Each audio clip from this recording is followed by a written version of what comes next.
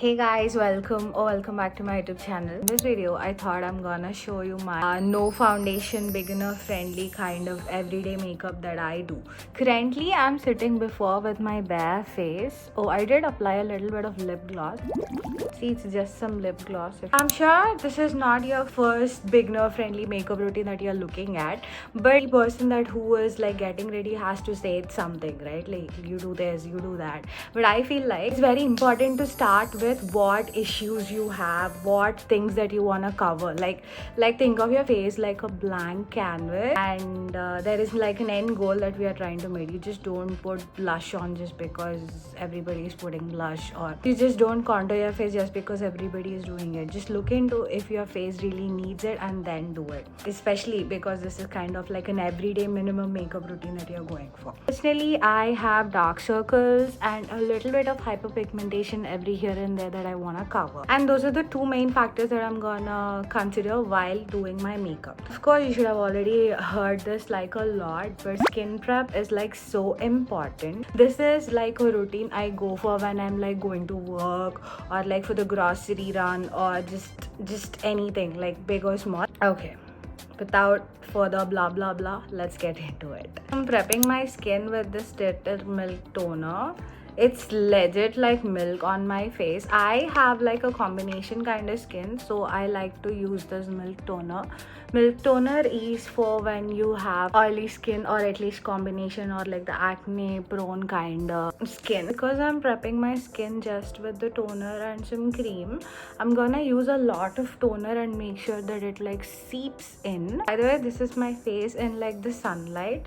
I'm doing it like around 10 a.m. so the sunlight is kind of hitting strong. I like to apply the toner twice. I'm gonna go in with the same Tirtir ceramic cream. I know a lot of people put on the hair clips while putting on makeup, but I'm this very carefree kind of girl in terms of everything, so I'm like always in rush. Like everything is last minute for me, so I'm used to like doing this.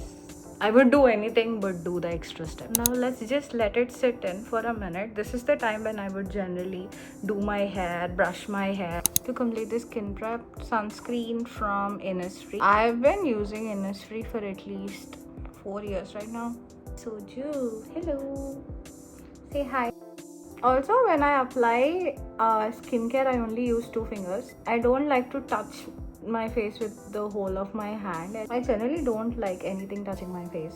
I do like little circular motions, and I generally try to do it like upwards. Apparently your skin sogs down if you do downwards, so every time I do the neck, I just do this with the fingers. The excess part goes to the neck. It is very important that your skin feels so hydrated just from the skincare.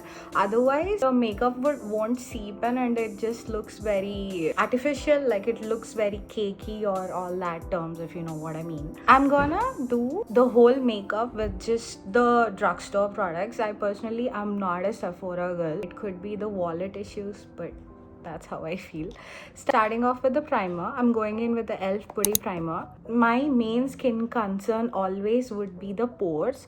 I am filming this on iPhone, so oh, you can still see it. Do you see my pores? Yeah, I have a very porous skin. So if you wanna make me buy a product, just say that the product helps with pores and I would buy it.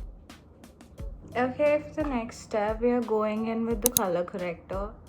Again from E.L.F. Like the darker your dark circles are, the more orange your color corrector should be. I have a little dark circle, mainly because recently I've been sleeping like so well. Yeah, sometimes I just tend to have darker dark circles, but as a person, I'm not somebody who would neglect sleep, so I went in with the lightest color corrector.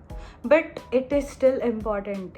It makes like so much difference whether you put it or not. If you like directly go in with the concealer, no, it just feels very cakey. This is sitting in.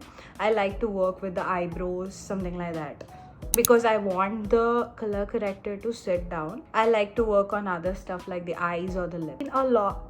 Oh, Oh my god, I just broke this. I have watched a lot of Asian, American and Indian makeup tutorials, and I feel like we don't have to work a lot on our eyes because they are generally on the bigger, on the thicker side. Like, they work by themselves. All the eyebrow fillings, the eyelash liftings and all that. I never felt the need for it at all. I am filling my eyebrows. I think filling the eyebrows just makes it very put together. I like this sculpted sponge. I think this is again from E.L.F. I use it like this side I use for the eyes, this side I use like for the contour to dab the foundation, so it kind of works multi-purpose. It's wet currently, so yeah, this is the step I think a lot of us forget or forego when we are doing the eyes. Just take any loose powder. I got Maybelline. Take a brush, some loose setting powder. Yeah, after color correcting, it's very important to put on some loose powder. It makes a lot of difference. Now, let's go in with the concealer. I use the Maybelline concealer. Like, I need to use my fingers because a lot of product is being put on. A little bit here. And on our face, when we are putting on makeup, wherever our features are, the eyes, nose, the lips, this is where the concentration is on. Like, when somebody is talking to you, nobody would look here, right? They would look into your eyes, or when you're talking, maybe your lips. So it's very important that even your makeup's attention is pulling towards this area. And that's it. I really love using my sponge for this part. Generally for foundation, I really love working with my sponge over the brushes. Again, I would like to just let it sit in, and now is the time when I'll be doing the eye. So I'm using this Revolution makeup palette. It's okay, but it's like heavily pigmented. I don't generally use any other color other than the black. Also, I don't like doing a lot of just a little bit of color, and generally it would be black because black makes sense. The difference. Personally, don't like to add shine for the eyes unless I'm wearing something festive, because like everybody wears like a lot of muted colors here most of the times, and I also tend to go with the muted colors, so don't feel like putting on the shinier part of, like, I don't like making my eyes shiny if I'm not wearing anything blingy. Tap, tap, tap, tap. When you're working with the product itself, just make sure you put it at the right place. I think it's the sunlight. I should not have done it in the sunlight. Do you see it? Do you see any grayer part? Setting spray from Milani. I personally love Milani's products. It's an Italian brand and it's still drugstore. While the setting spray sets in, let me do the lipstick. Lipstick again from Milani. It's the shade Teddy Bear. Like, look at my lips right now. There's like a little bit gray, right? So when I do this,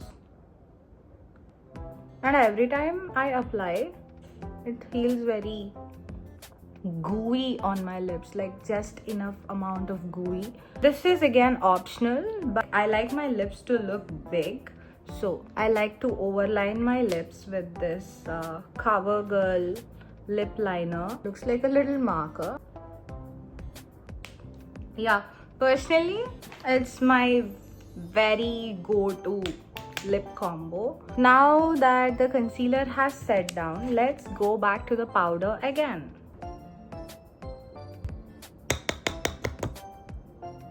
See, this is with and this is without. Now both are with. Now your skin feels skin-like. And for contouring, again I use Milani. Soju has bitten it all over. And here, I like to have my nose like.